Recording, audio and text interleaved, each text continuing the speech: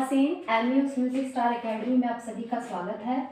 आज हम इस वीडियो में डिस्कस करने वाले हैं वर्ण के बारे में। इट्स माय कॉन्टैक्ट नंबर, अगर आप मुझसे कॉन्टैक्ट करना चाहते हो तो आप मुझे इस नंबर पर कॉन्टैक्ट कर सकते हो। आज हम इसमें बात करने वाले हैं वर्ण के बारे में, क्योंकि ये वर्ण जो टॉपिक है ये आपके सभी एग्जाम के लिए इंपॉर्टेंट है। टीजीटी वगैरह की जिसकी भी आप प्रिपरेशन कर रहे हो या एलटी ग्रेड वगैरह की आप कर रहे हो, स्पेशली फॉर एलटी ग्रेड में है ये टॉपिक वर्ण वाला, कि वर्ण क्या है। वर्ण के बारे में आज हम डिस्कस करेंगे। अलंकार भी आपके टॉपिक है, तान भी आपके टॉपिक है। देखो, वर्ण हमारे संगीत में अगर वर्ण की बात करें, वो मेनली जो होते हैं 7 होते हैं, दैट इज सा रे गा मा।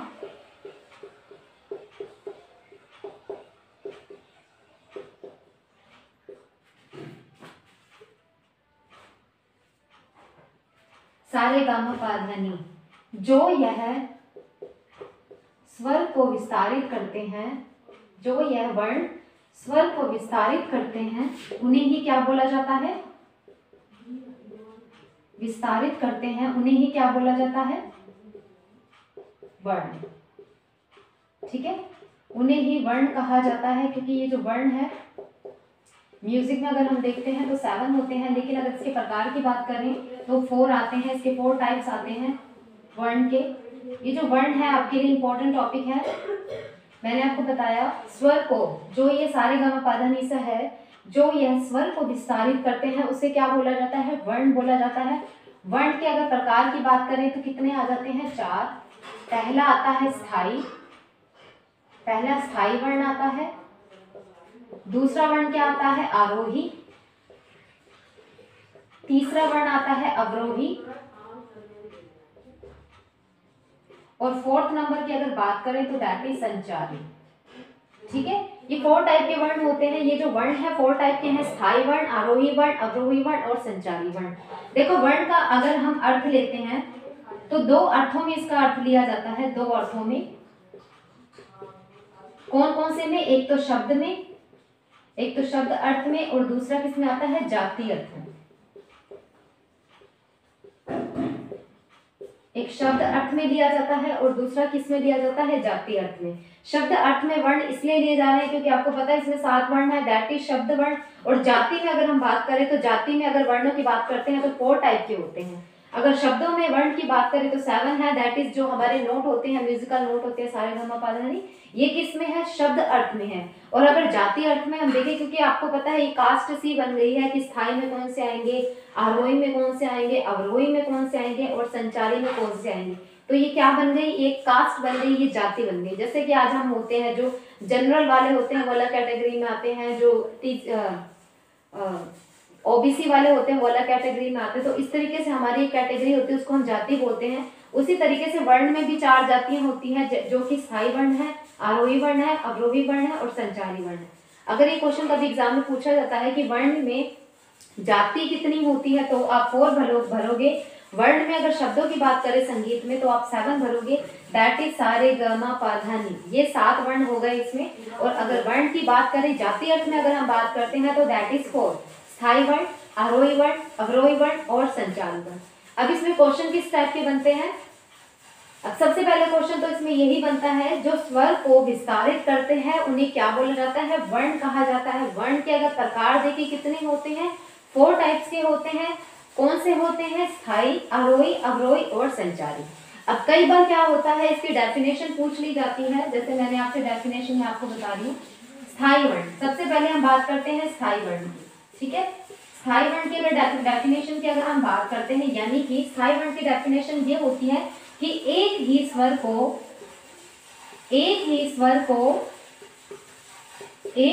को जब बार बार विस्तारित किया जाता है, बार बार विस्तारित किया जाता है, तो उसे हम क्या बोलते हैं? स्थायी वर्ण। किया जाता है उसे हम क्या बोलते हैं? स्थायी वर्ण। ये जो वर्ण है आपको इस तरीके से समझाऊंगी कि आपका क्वेश्चन यहाँ से वर्ण नहीं जाएगा। एक ही स्वर को जब बार बार विस्तारित किया जाता है, व्हाट इज दिस? स्थायी वर्ण। अब जैसे मैं इसका एग्जांपल आपके सामने रखूं, जैसे सा है, सा को आपने 3 बार लिया, 4 बार लिया, 5 बार लिया, दैट इज क्या है? ये स्थायी हो गया, ये स्थायी वर्ण हो गया।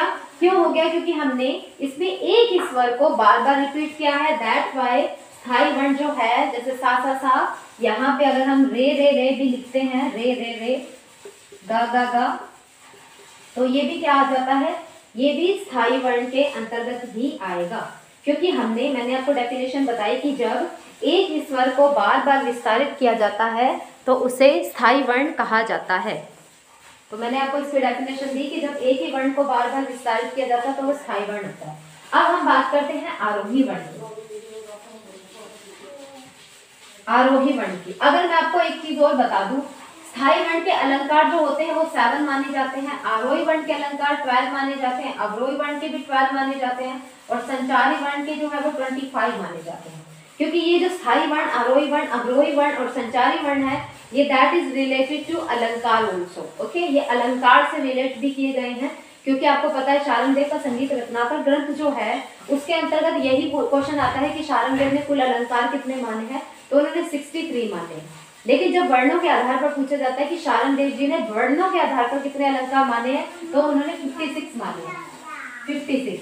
अब ये 56 किस लिए है? क्योंकि इन सबको अगर आप काउंट करते हो तो ये 56 ही बनेंगे, क्योंकि शारंगदेव ने स्थाई वर्ण के 7 माने हैं, आरोही वर्ण के 12 माने हैं, अवरोही वर्ण के 12 माने हैं और संचारी वर्ण के भी 25 माने हैं। तो ये अगर वर्ण को अगर आप देखो ध्यान से, तो ये जो वर्ण है ये रिलेटेड ज्यादातर किससे है? अलंकार से। ठीक है, अब क्वेश्चन कैसा बन जाता है कई बार कि स्थाई वर्ण के अलंकार शारंगदेव जी द्वारा कितने माने गए हैं, तो 7, आरोही वर्ण के अलंकार कितने माने हैं? 12, संचारी वर्ण के अलंकार शारंगदेव जी ने कितने माने हैं? 25।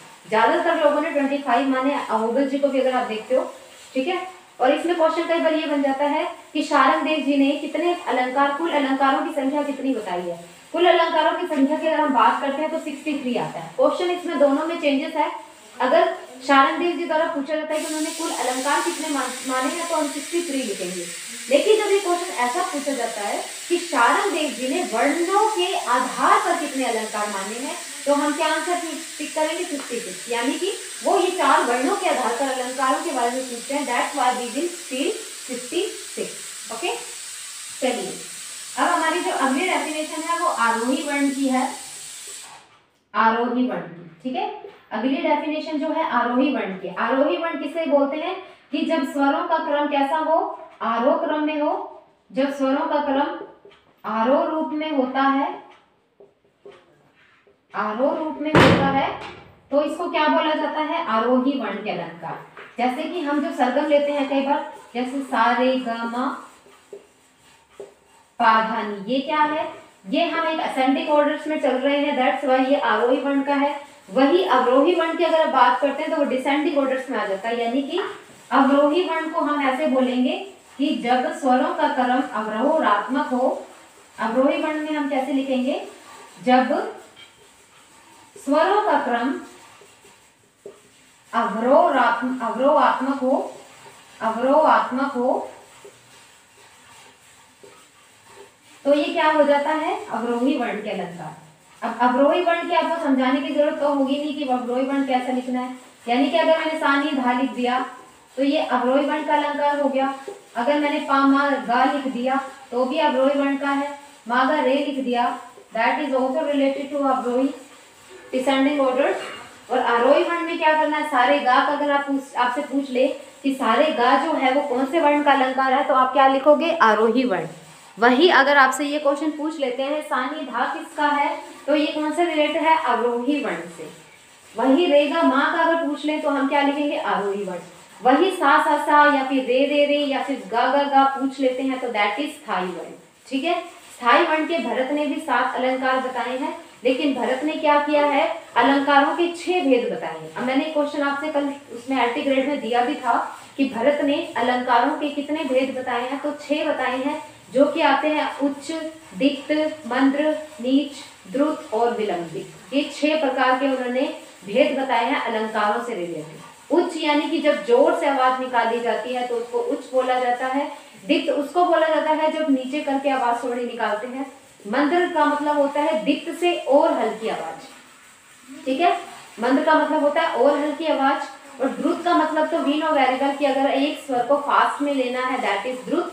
विलंबित की बात करें कि जब स्वर पे ठहराव आ जाए, उसको धीरे धीरे करके बोला जाए, तो वो क्या है? विलंबित है। ठीक है, वर्ण के क्वेश्चन कहाँ से बनेंगे? वर्ण कितने प्रकार के होते हैं संगीत में? 4। लेकिन अगर शब्दों के आधार पर वर्ण पूछते हैं संगीत में तो आप 7 भरोगे। अगर जाति के आधार पर वर्ण पूछे जाते हैं तो 4 भरेंगे, क्योंकि जाति जो है वर्णों की 4 हो गई। स्थायी वर्ण, आरोही वर्ण, अवरोही वर्ण एंड फोर्थ वन इज संचारी वर्ण। ठीक है, आरोही वर्ण की डेफिनेशन अगर पूछते हैं, जब स्वरों का क्रम आरोहात्मक हो तो उसे क्या बोला जाएगा? आरोही वर्ण। वही स्वरों का क्रम जब अवरोहात्मक होगा तो उसको क्या बोला जाएगा? अवरोही वर्ण। ठीक है, और वही एक ही स्वर को जब बार बार गाया जाता है तो वो कौन सा वर्ण होता है? दैट इज रिलेटेड टू स्थायी वर्ण। ओके, चलिए नेक्स्ट क्वेश्चन। नेक्स्ट जो हमारी डेफिनेशन आती है वो रिलेटेड है संचारी वर्ण से। अब संचारी वर्ण की डेफिनेशन तो आप आई होप समझ ही जाओगे क्या है। जिसमें क्या हो? जिसमें स्थायी, आरोही व अवरोही स्वरों का मिश्रण हो तो ये कौन सा वर्ण माना जाएगा? संचारी वर्ण। अब इसकी डेफिनेशन ऐसे बन सकती है ज्यादातर, जैसे मैंने इसमें कोई भी ले लिया, मागा रे ले लिया, मागा रेपा, है ना, धा, कुछ भी वर्ड आ जाएंगे, क्योंकि इसमें क्या है? हर वर्ड का मिक्सचर है, दैट्स व्हाई ये संचारी वर्ण है। अब इसकी डेफिनेशन ऐसे पूछ सकते हैं, जिसमें स्थायी, आरोही व अवरोही स्वरों का, वर्णों का या फिर स्वरों का मिश्रण हो तो वो कौन सा वर्ण है? संचारी वर्ण। आई होप कि आपको ये टॉपिक जो है अच्छे से समझ में आ गया होगा। थोड़े से टाइम में मैंने इंपॉर्टेंट इन्फॉर्मेशन देने की कोशिश की है। अगर आप यूजीसी नेट की प्रिपरेशन और अच्छे से करना चाहते हो तो आप कोर्स परचेज कर सकते हो। 15 मार्च से न्यू बैचेस स्टार्ट हो रहे हैं म्यूजिक के। ओके, आप मुझे कांटेक्ट कर सकते हो। I have given you already my number 9116054763। Okay, you can contact me on any time. Aarohi Varn के मैंने आपको बता दिया। अब जब क्वेश्चन ऐसा पूछा जाता है कि वर्ण संगीत में कितने हैं, 4 ही लिखेंगे हम।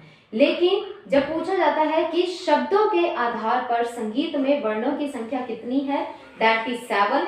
अगर पूछा जाता है जाति के आधार पर वर्णों की संख्या कितनी बताई गई है तो 4। शब्दों के आधार पर मैंने आपको बताया सा रे गा मा पा धा नी। वर्णों के आधार पर या फिर जाति के आधार पर अगर वर्णों की बात करते हैं दैट इज 4। स्थायी वर्ण, आरोही वर्ण, अवरोही वर्ण और संचारी वर्ण।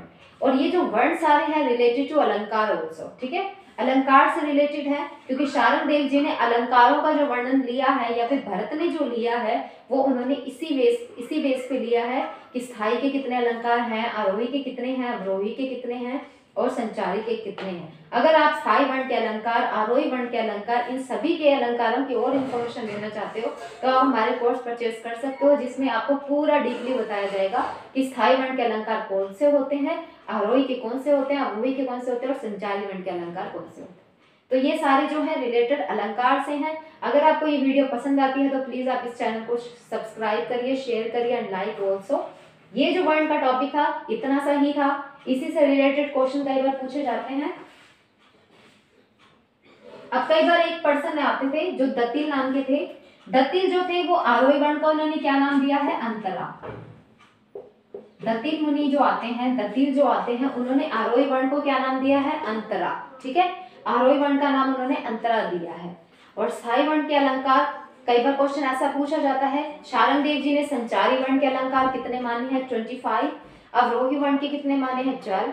या फिर आपसे इंफॉर्मेशन पूछ लेते हैं, डेफिनेशन पूछ लेते हैं कि जब एक ही स्वर को बार बार दोहराया जाता है तो वो कौन सा वर्ण है? स्थायी वर्ण। जब स्वरों का क्रम आरोहात्मक होता है तो वो कौन सा वर्ण होता है? आरोही वर्ण। जब स्वरों का क्रम अवरोहात्मक होता है तो वो कौन सा वर्ण होता है? अवरोही वर्ण। Thank you so much. अगर आपको ये वीडियो पसंद आई है तो प्लीज इस चैनल को सब्सक्राइब करना, लाइक करना and share also. Thank you so much.